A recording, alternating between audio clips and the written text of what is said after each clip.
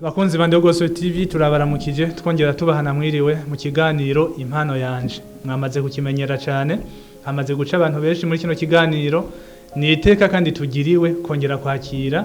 ubundi mushitsi adasanzwe buri munsi murano ko nkama ndije nyene namafise umushitsi uno munsi afise umushitsi adasanzwe munyemerere neza na neza tumwakire karibu cyane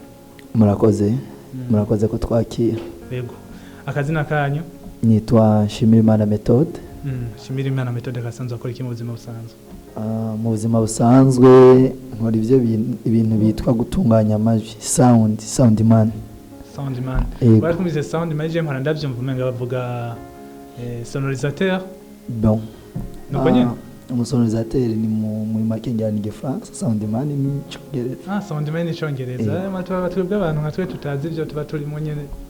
mugabo ni bon ntaje gitoye kubera ni sawa yego metode mu majambo make twumvise ko akazi usanzwe ukora ari gutunganya amajwi ico bita sonorisation yego avant gutangura sonorisation wabitanguye ryari avant ko ntangura sonorisation byaje gute nabitanguye 2018 niho nsa nuko nuba nabatanguye kwegera aho babikorera yego uko byatanguye umuntu akijijwe akaja muri eglise agatangura kuzarabona utuntu tumwe akavuga ati hanze basi kwicara impande y'ujya mu kiraho nyene wakijijwe 2018 niho ico gihe niho natanguye kwinjira mu eglise sinari bwamenye ivyo ndimwo mfashe ingingo urumva birafise igihe nafashe ingingo mugabo niho natanguye kwinjira mu eglise ego rero ngira intango yavyo vyakujemo gute kugira ngo ko wotangura igikorwa ca sonorisation cyo gutanga amajwi je kuntu byanjemwo nari muri eglise asengera muri eglise mu Nyakabiga niho natanguye kuzanda abana n'abantu kujya umuntu agutuma kan nzanira kajya mfasha guterura bijya nkazana yari eglise anglikane nzanira kajya nkaterura nkazana bimwe rero kubibamo cyane no kuza barantu mutuntu n'utundi nicara amande yabo nkaza ndavuga ni kaya kantu bagakora gutya rimwe rero kugira ngo nze kumenya uko ari umwuga wanje ashobora gukora cyangwa ari impano yiwanje umuntu yabikora afata urugendo na korale bansiga kuri eglise ari genda hari mu bantu b'abatekinisiye bose umva yari korale imwe niyo yari kuriyemwo abatekinisiye benshi rero sinari muri korale nari umuntu ari ngaho nyene uko nyene asanzwe nyene muri eglise n'ibintu byo gukizwa n'ivyari bindi no mu mutwe nari umuntu nibereye ngaho nyene uko nyene ngo umunsi turenstara ivyuma arabura umuntu abivuza ndavuga nti narabonye ko batsanga nabonye ko baduza microphone gutya nabonye ko bagira gutya uwo munsi ndakora mbona biciyemo cyangwa kwimvira ni kumure bya bintu no guma ndabijamwo byo kunda yego niho byahereye yego urabitanguye utanguye kuronka notion kubibandanya nihe nyungu wagiye urakuramo kuko avaho gutangura sonorisation waravyize buke watubwiye ko wagiye urafata kamwe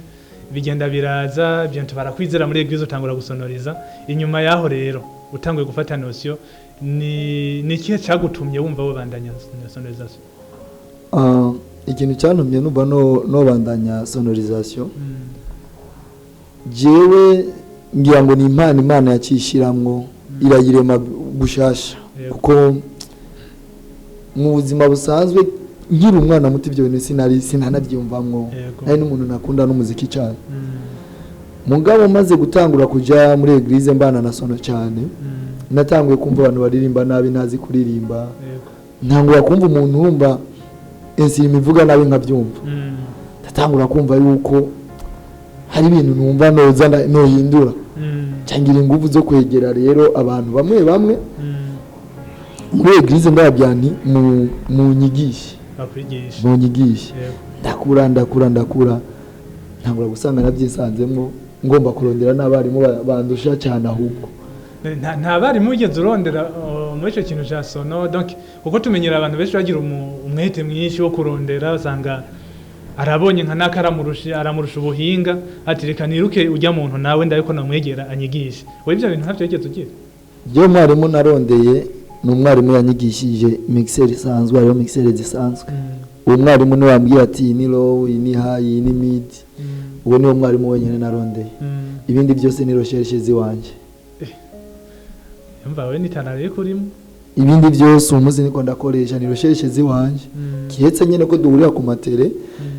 nta muntu ashobora kumenya byose ugahorana n'akakubwira ati aka kantu kariko kavuga nabi gutya tugakore gutya ugasanga kariko karakora yego nta wundi hoho nta mwarimu nigeze ndondera mvuge ntindagiye kuriha amafaranga mwanyigishe inyuma yaho onya rero kuko ndazi nta gikorwa kitagira ingaruka yego muri sonorisation ni zihe ngorane wahuye nazo en general ingaruka ni nyinshi ingorane nahuye nazo ni nyinshi ko mugenda gukora sonorisation ugasanga ari abantu bamwe mutariko murahuza n'ibyo uri kurakora icyumviro bahaye nitugikoreshe komwe kubura n'abatekinisiye bagusumbya ukagira ubwoba ibyo byose ni ibintu biza iyo uri muri sonorisation kameme nk'iyo uri kurakora nk'ahantu nk'akarorero ka hafi gacurura nk'umusoundman yemewe ku rwego rw'igihugu cyangwa ku rwego rw'isi ubumva ubwoba urahura n'ingaruka kuko uravuga ati icyambere uko rutinya ukavuga ati hano hantu ninakora ikintu kitari kizima ndaza kuba nkorotse yego none iyo uko dutinya burya urano icyo kintu kiragira resite kweri kandi uburi ufite ubwoba bumwe buteye ubwoba biratuma ukora neza widegemvya kabisa pardon jewe iyo nakoze ntinya ahubwo ndiyubara cyane bwa bwoba buntuma kwiyubara ku buryo ntaza konona ikintu ariko iyo nagiye gukora niyemera buri munsi namahari igihe nsanga hari ibintu bimwe vyononekaye kandi jewe ndagira ubwoba iyo mfise akazi cyambanza nkabifatira amasengesho yego na cyane cyane umva iyo ni ingaruka ntarigera mvuga ni biranzana ingaruka iyo numvise ngiye gukorera nk'ahantu ho hantu nk'ubwoba ndafata amasengesho mumbabarire kuko rimwe na rimwe ari umuntu ugenda kuri tera ukavuga ati je ndiyemera ibintu byose ndabishoboye kumbuka ukagenda nko gukora ahantu hashashe utaromenyere wamenye gukora ahantu huguruye ugaca ugenda gukora ahantu hafunganye hari ikintu bitwaye ko ukagisangamo wagiye wiyemera birakubana amazi yego urumva rero sonorisation musanzwe iyo yitanguye nta kuvuga ati ndabizi kuko uno munsi ushobora kuba byiza n'ejo bikaba bimeze nabi yego cyane rimwe na rimwe ari umuntu agenda avuga ati wumva ngo buri munsi bigenda bimeze neza ntibaze baguhende uno munsi urashobora gusonoriza neza yego ejo bikanga urakoresha ubumenyi bwawe bwose ufise urakoresha ubumenyi bwawe bwose ufise bigakunda cyangwa bikanga mugabo resulta y'ikintu wamuyirabi wamaze kugera kuri tele ntiwamugenda uvuga ati je namaze kubitunganya byose byaheze yego metode tumvise ingaruka uhura nazo kuri wewe kuri kazoza kawe ka sonorisation nihe hantu wifuza gushika jana nifuza gushika muri sonorisation ndabikubwiye wava waduka ugatwenga kuko hari ibintu duhora tuvuga nk'indoto rimwe na rimwe iyo bishitse umuntu rimwe na rimwe akabinezerererwa kuko je ivyumviro cyangwa ibicapo mfise ni binini cyane cyangwa ivyumviro mfise byaho ngomba kugera ni binini cyane ahantu wa mbere nifuza kugera ndifuza kwanza gukuza impano z'abantu kanaka ndabikishije muri sonorisation kuko umunsi abantu dufise amasonorisation bafise ivyuma ni business ni cash je rero sonorisation wanje sinifuza uko yoja muri business gusa ndifuza no ko yofasha n'abandi bantu gutemetode nina cyagura kiraba kinini cyane mugabo ndashobora kuvunagura muri make je nk'ubu ikintu cya mbere nasabye Imana ndi mwaka kazi ni wakampamagariye musi nari ndabizi vraiment sinobwa ni yari doyi wanje kuko je ngabire yiwanje kera yari gukina umupira hajya barakinya umupira narakinya umupira cyane uri mubi narakinya umupira cyane naratwaye na coupe ya province yego narakinya umupira cyane ibyo rero byaje kuza mu nyuma. Okay, tubandanye. Ingabire ikintu numva indoto mfise jewe ndafise uko nogira sonorisation nini yagutse. Yego umuntu arashobora kugira indoto cyangwa kiyumvira ikintu yifuza kuzokora ngo batabona aho bizoca. Iyo sonorisation irashobora guca amahera igafasha n'abandi bantu. Hariho nk'amatima aririmba no munsi biyananira kugira ama evenement kubera ko nta sonorisation tugira. Ugiye kubwira umuntu afise ibyuma ati ma sonorisation n'ibyuma nkoresha araguca amafaranga cyangwa imbere yeske ni naza gukora evenement amafaranga ngiye gushira muri sonorisation nzoyakuramo cyangwa nzoyaronka nzoyinjiza. Hari n'abantu bakuru umunsi bakora ama evenement yivuga butumwa bakabura ibyuma bakoresha ugasanga izo ngabire barazibitse. Rero ngiye ndumva ko mfise inyota n'indoto yuko nzofasha abantu abo bantu bakora ivuga butumwa. Jewe umunsi sinshobora kuja kuri stage ngo nje kuvuga ubutumwa rimwe na rimwe byongora bivanye na n'igice ndimo. Mugabo ngigiye byo kunda nkabafise ibyo bintu ndumva ko no kuri ivuga butumwa bice mu byo byuma byanje. Yego kuri ico ni gusenga Imana ikagucira inzira hama kandi bizogenda neza cyane gose. Yego hama metode duheraheza ni giki donc ni ko hamagarira abantu kuri ico gikorwa cawe ca sono kuko si benshi bakunda sono. Kenshi uzosanga bahurumbira kuririmba ivuga butumwa n'ibindi. Wewe ni giki uhamagarira ugwaruka muri rusange ndetse n'abakuze kuko nabo nyine sonorisation iraba bose kandi sonorisation yitandukanye naho menga harimo n'amafaranga nivyo. Yego cyane. Ni giki uhamagarira ugo gwaruka kugira ngo ruze ruhurumbire gukoresha igikorwa cya sonorisation? Icyo mpamagarira ugwaruka cyane cyane abantu muri rusange kuko tuvuze ugwaruka cya twumva abajene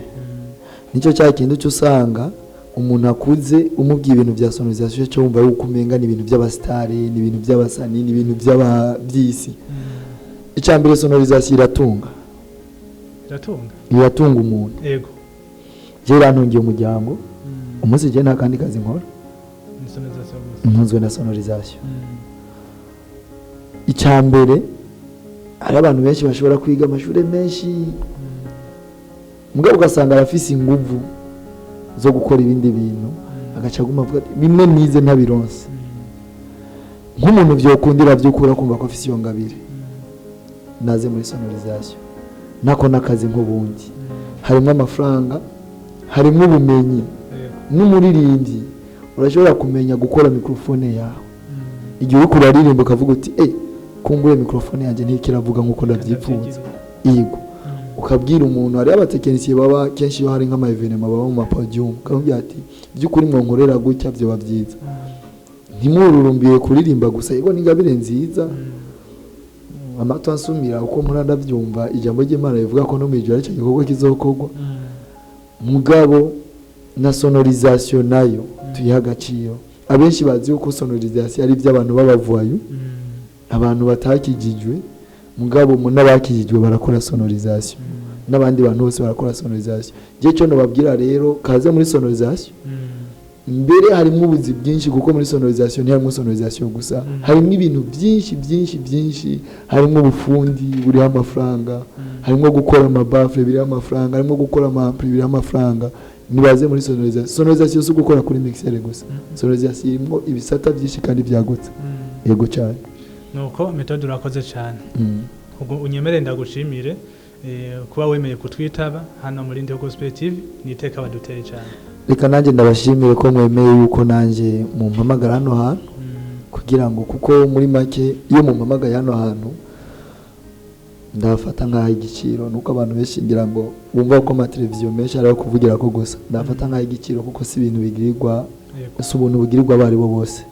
Yego nanjye ndabashimire cyane ko mwanyumviriye ko. Nuko turabashimiye cyane bakunzi ba Ndiho Gospel TV mwariko muradukurikirana twongeye kubashimira kudukurikirana kwacu ariko kandi tuze dusubire mu kindi gihe twongera tubaza n'undi mushitsi mushasha dasanzwe kandi by'ukuri muzonezerwa ubu tuzobazanira abantu bakomeye cyane buri munsi turaduga etape par etape kandi turizera neza yuko muri uku gukora cyane hariho impinduka izogenda iraba muzogenda murebona neza kugwaruka rwacu rw'u Burundi mumenya neza n'ibikorwa bariko barakora ingene bigenda birahurumbirwa kandi namwe niko muzogenda murabashigikira nuko mwakoze cyane Imana ibampezagirire naho ikindi gihe mwarahezagiwe cyane